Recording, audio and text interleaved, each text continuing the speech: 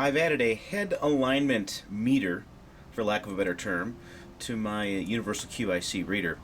And the way I've done that was fairly crude, maybe rude, depends on how you look at it. See how the light is there.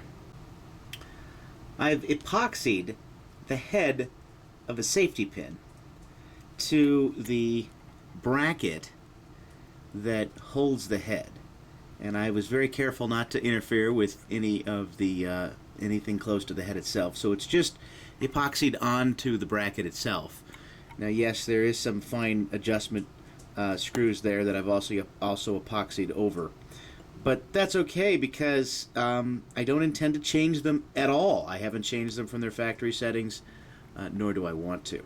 So here's what that looks like.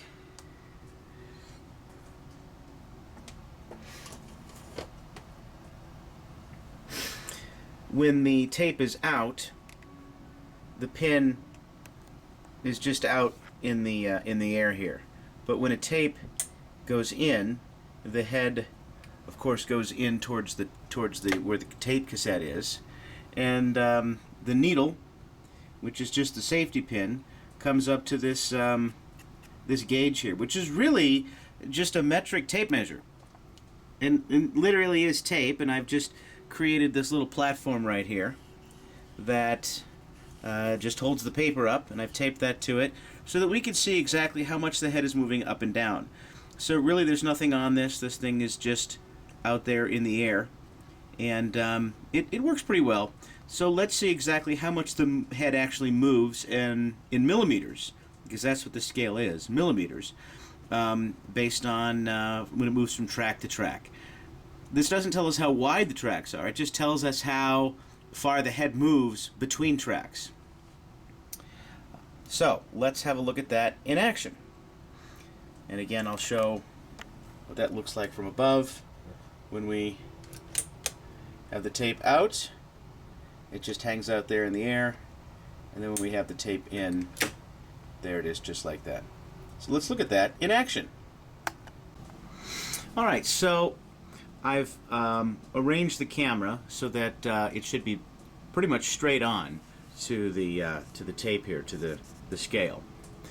And we're ready to insert a tape, so I will just power this on, and I'll explain these switches here, I guess, before I do. This is QIC 36 user interface pin 12, 10, 8, and 6. And I explained this in an earlier video. These are the head select pins. And so the switch just makes them go low-high. And I have this grid here which shows me which track is selected. I know you can't see it from this angle, but in the previous video I think I showed that fairly well. So I'll be talking you through which track we're having here, we're selecting here, and then we'll be using the adjustment tool, which would be right over here. And again, I just demonstrate this in another video. I'll be using the adjustment knob to adjust the head. But from this point on, I don't think I'm going to move the camera from this position because I want it to stay right here. So we'll power on, and we will insert the tape. As long as I don't get this to move, that's good. Okay, now, what just happened there? Let me move this, so hopefully I won't move it. So we put the tape in, and the head went down to its home position. So its home position is all the way down, and I tried to arrange it so that the beginning of the scale, the beginning of literally the metric tape measure, lined up with the pin in home position. I got it close. It's very, very close. It's just a little bit above that. But let's keep watching and see what happens. So that's the home position. And so let's do tape initialize, which should center it in the logical track 0 area. So here we go. We're just going to, this is the go stop, the go from pin 2 of the QIC 36 interface. This is the reverse from pin 4 of the QIC 36 interface. Again, refer to my previous videos to learn more about how I wired this. But we're just going to hit go on and off for the initialize. And so watch what the head does here on the scale.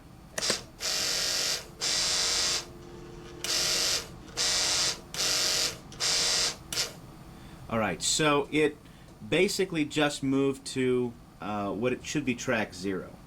So it was all the way down in the home position, which should be below any track on the tape before, and now it just moved to track 0. So now we can see on the scale here where track 0 is approximately. So it looks like it's just under 3 millimeters from home position. Okay, so that's track 0. Now let's just look at the rest of these tracks and see how this works. Now I can change the track selection with the switches here, but the head doesn't actually move into position until I tell the system to go, tell the tape to go with this switch here. So we'll do a few. I'll make a few changes just so you can see how that looks. So let's go to track 1, and you should see absolutely no change because track 0 and track 1 use the same head position on the 9-track recording here. Sorry, this is so big. 0 and 1 use the same head position, except 0 uses the lower head reader on the physical head assembly, and 1 uses the upper head reader on the physical head assembly. So what should be happening here is we should see that there is a shifting from 0 to 4, right? From 0 to 4, where now the lower part is on 4 and the upper part is on 1. But if we were to change from 0 to 4, excuse me, from 4 to 5, the head shouldn't move at all. Same with from 0 to 1, same with from 2 to 3, and then same with, well, see, 8 to 4 doesn't apply because 4 would then be read twice. So I just happen to know that 8 is in its own position, and so the head only moves down that far when you select track 8 there. So hopefully that makes sense. That's what we expect to see. So we expect to see head moving from 0 to 6 to 2 to 8. This would really be the only positions. It should have, what, 5 positions? Right, so it goes up for this. That's one position. 2, 3, and 4. Right, so there's your 4 positions.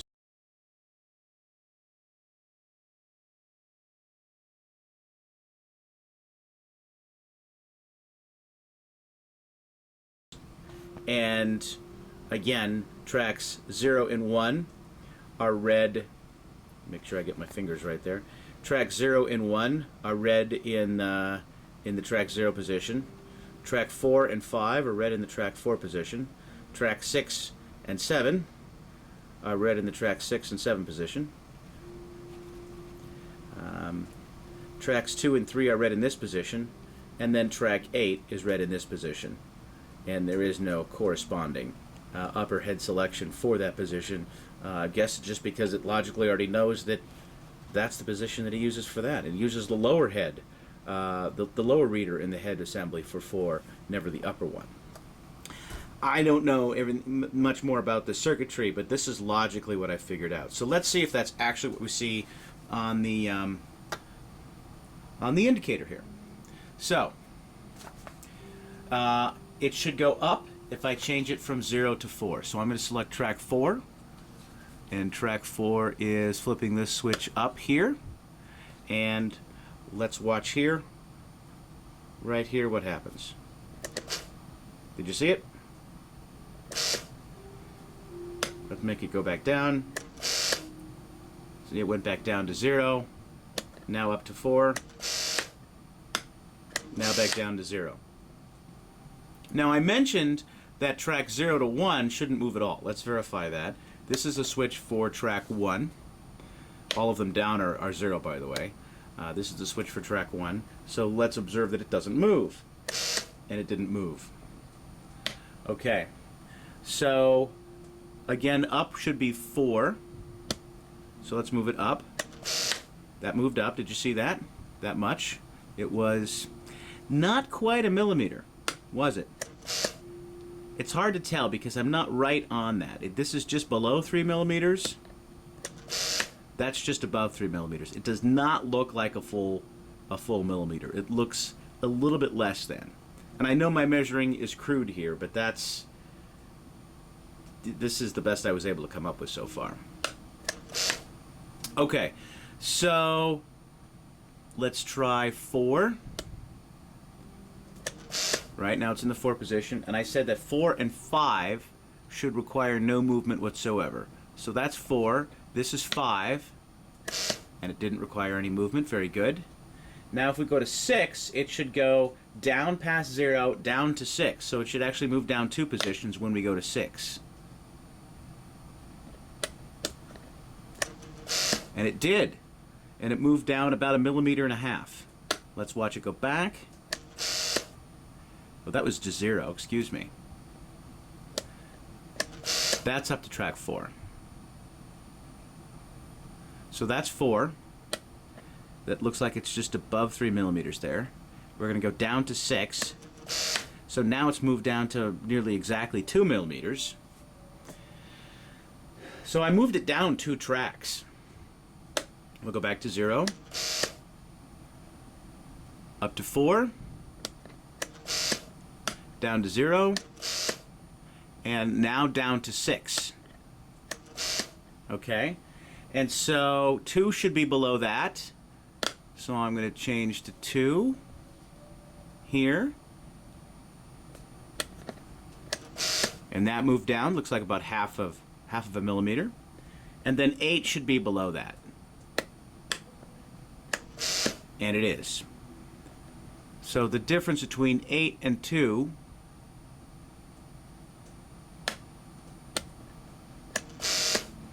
looks to be, again, about half a millimeter. So it looks like every track, the head moves about half a millimeter to read from one track to the other, using the 9-track feature that the Wangtec 5099 tape drive has by default, that 9-track serpentine that I was showing you there. So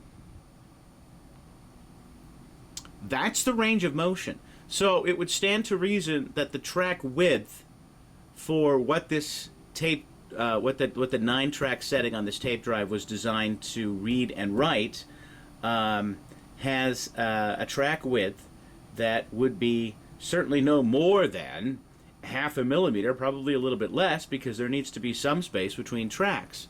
That's just logical. I have some pictures online in a different section. I think it's in the visualization page on the QICreader.com website of mine, that if you go to the visualization page, you'll see some pictures there where I actually show QIRead. I actually put QIRead on the tape, and I show, let it reveal the magnetic signature on the track, or the magnetic track signature on the tape. The problem is, this has a tendency to destroy the magnetic signature on the tape, so then it becomes more difficult to read and in some cases impossible. So I only do that on something where there's not some data that I need to pull off. So there's a warning. Don't do that unless you know you've already read the data on the tape, or you're certain you absolutely don't care. And I think you always should, because, well, we're into preserving data here. Software and what have you from vintage computer systems. Okay, what else should I be doing here? So now what I'm going to do next is actually do some manual track adjustment. So where was I? We're on track 8 right now. So how far down can we go as far as turns on the knob before we get to half a millimeter? So let's see. I'm going to go up. That's one turn on the knob. And remember, a turn on the knob is not the same as a turn on the head motor. The head motor, head alignment motor is the word I'm looking for. Head alignment motor that has the screw adjustment on the head. You'll see that in my manual head adjustment video. All right, that was up 1. Let's go up 2. See, now you just barely saw the movement. I'm not sure if maybe that's touching. The goal is to have this pin be in air, completely in the air, so that it's not touching this paper. And I don't think it is, but I'm not entirely sure. I want to get it close enough that we don't have a parallax, but not close enough that it's going to touch. So I think I can see there's a gap there. So it's definitely not touching. I'm going to go back. I'm going to reset this thing here, and we're going to go back to 0.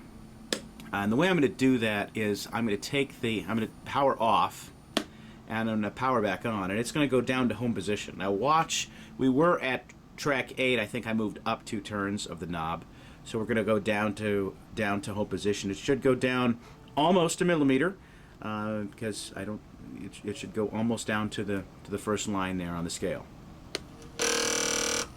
Now, did you see that? Did you see that vibration of the needle there? That's, you know, when that head alignment motor goes into home position, it has this ratcheting effect where the motor keeps moving, but the mechanism doesn't go down any further, and so that's the vibration that causes. That also causes the sound, and that's the effect that we saw in the needle. So that was kind of cool, I thought. Anyway, we can see that it's almost down to the beginning of the scale there, and let's initialize this, which will bring it to track 0. So it should go up to just under 3 millimeters. Resetting itself, rewinding. That needle's moving just a little bit because the tape rewind is vibrating it.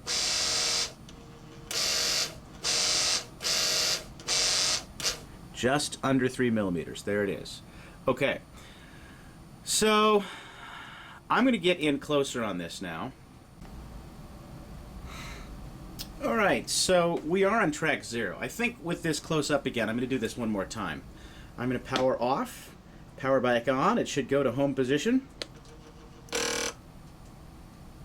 And there it is. There it is. And so now let's initialize it and have it go to track 0.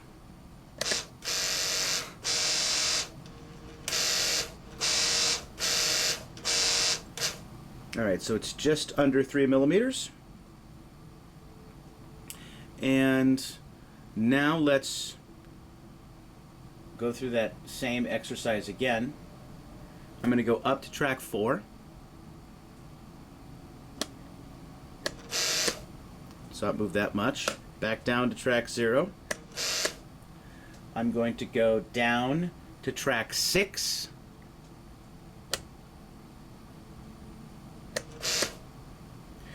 Further down to track 2.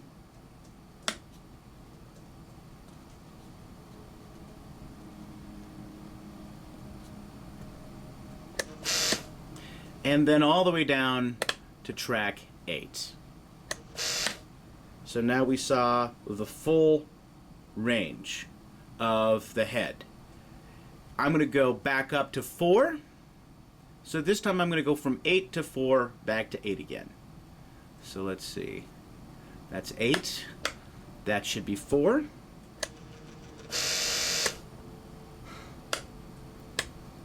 And this should be 8.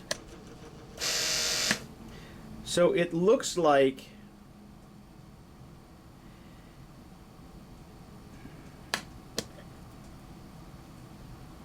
one millimeter, just over 3 millimeters. So it looks like the range of motion between the lowest track setting, which is 8, and the highest track setting, which is 4. And again, I'm just using the lower read portion of the physical head body on my graph there. It looks like that whole range motion is just a little bit more than 2 millimeters. One more time. Down to 8. See, it's just above 3 now. 3 millimeters, that is. See, it's just below 1 millimeter. Back up to 4. And seeing it's just above 3 millimeters. Okay, so now we understand what's going on there. So now I want to initialize this again, just because I've been playing with the track alignment and I really want to let it go back to its home position.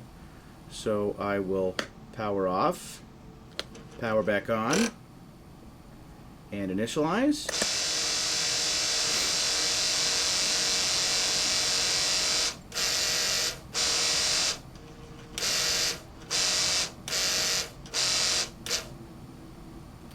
Okay, so now I'm going to go immediately down to track 8 because we want to work on reading track 8 now. So there it is. I'm setting track 8. Alright, so it has gone down to track 8. So now I'm going to use my manual track adjustment and adjust it up 1 turn.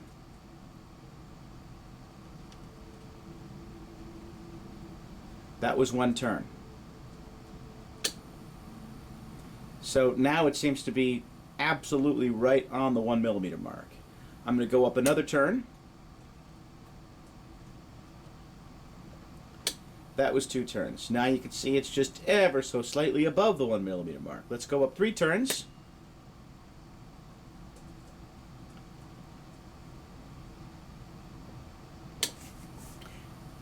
And it seems pretty close to 1.5 millimeters. It's so hard to tell, because the point on this crude pin isn't all that great, and the printed scale on the paper isn't all that fantastic, but it gives you a general idea about what's going on so that I could do less guessing.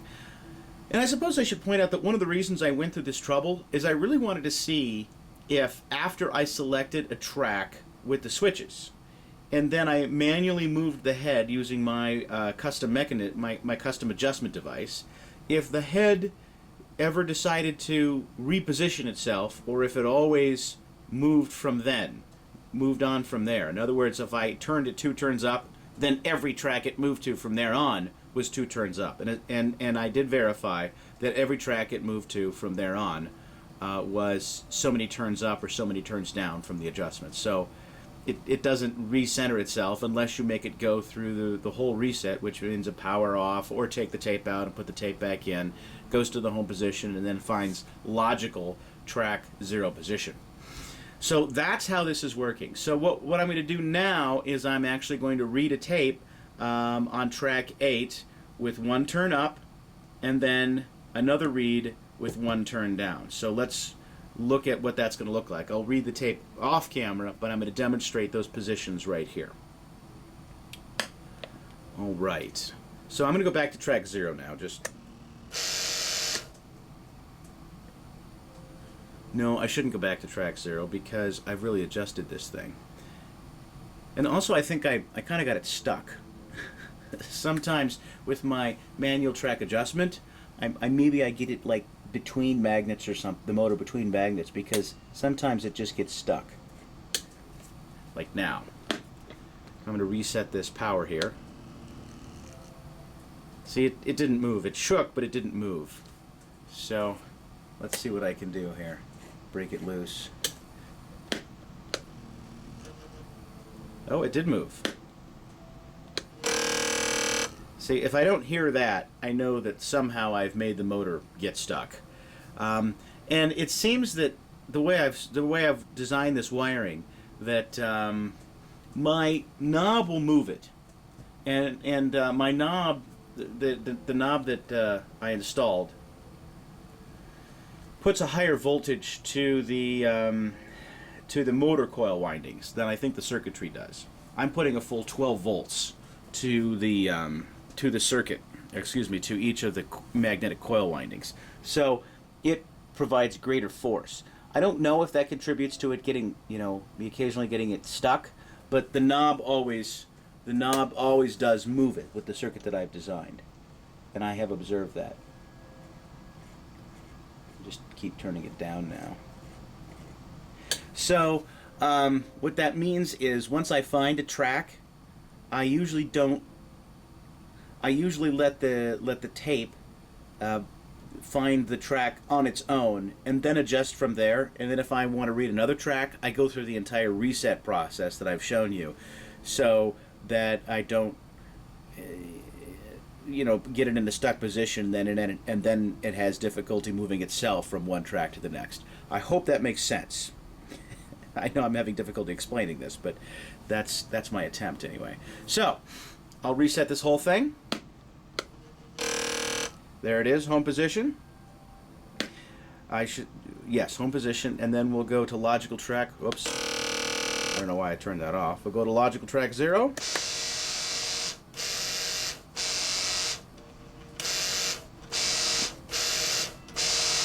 because it always starts there. Now I'm going to go down to track 8. Okay, and now I'm going to go 1 turn up.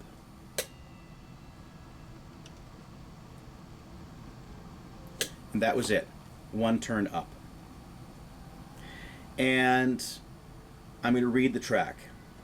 Then when I'm done reading the track, I'm not going to go down 2 turns because I think that's a little bit too imprecise.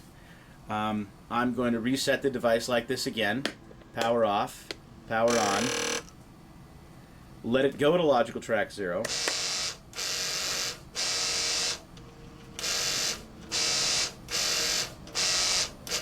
Go back down to track 8. And now I'm going to go down a turn.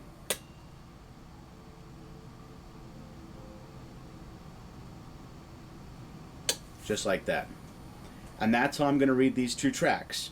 So that's a demonstration of how I'm playing with, using, experimenting with the manual track reader adjustment on my Universal QIC tape reader hardware. So thanks for watching. I apologize if it was boring, but thanks for hanging in there.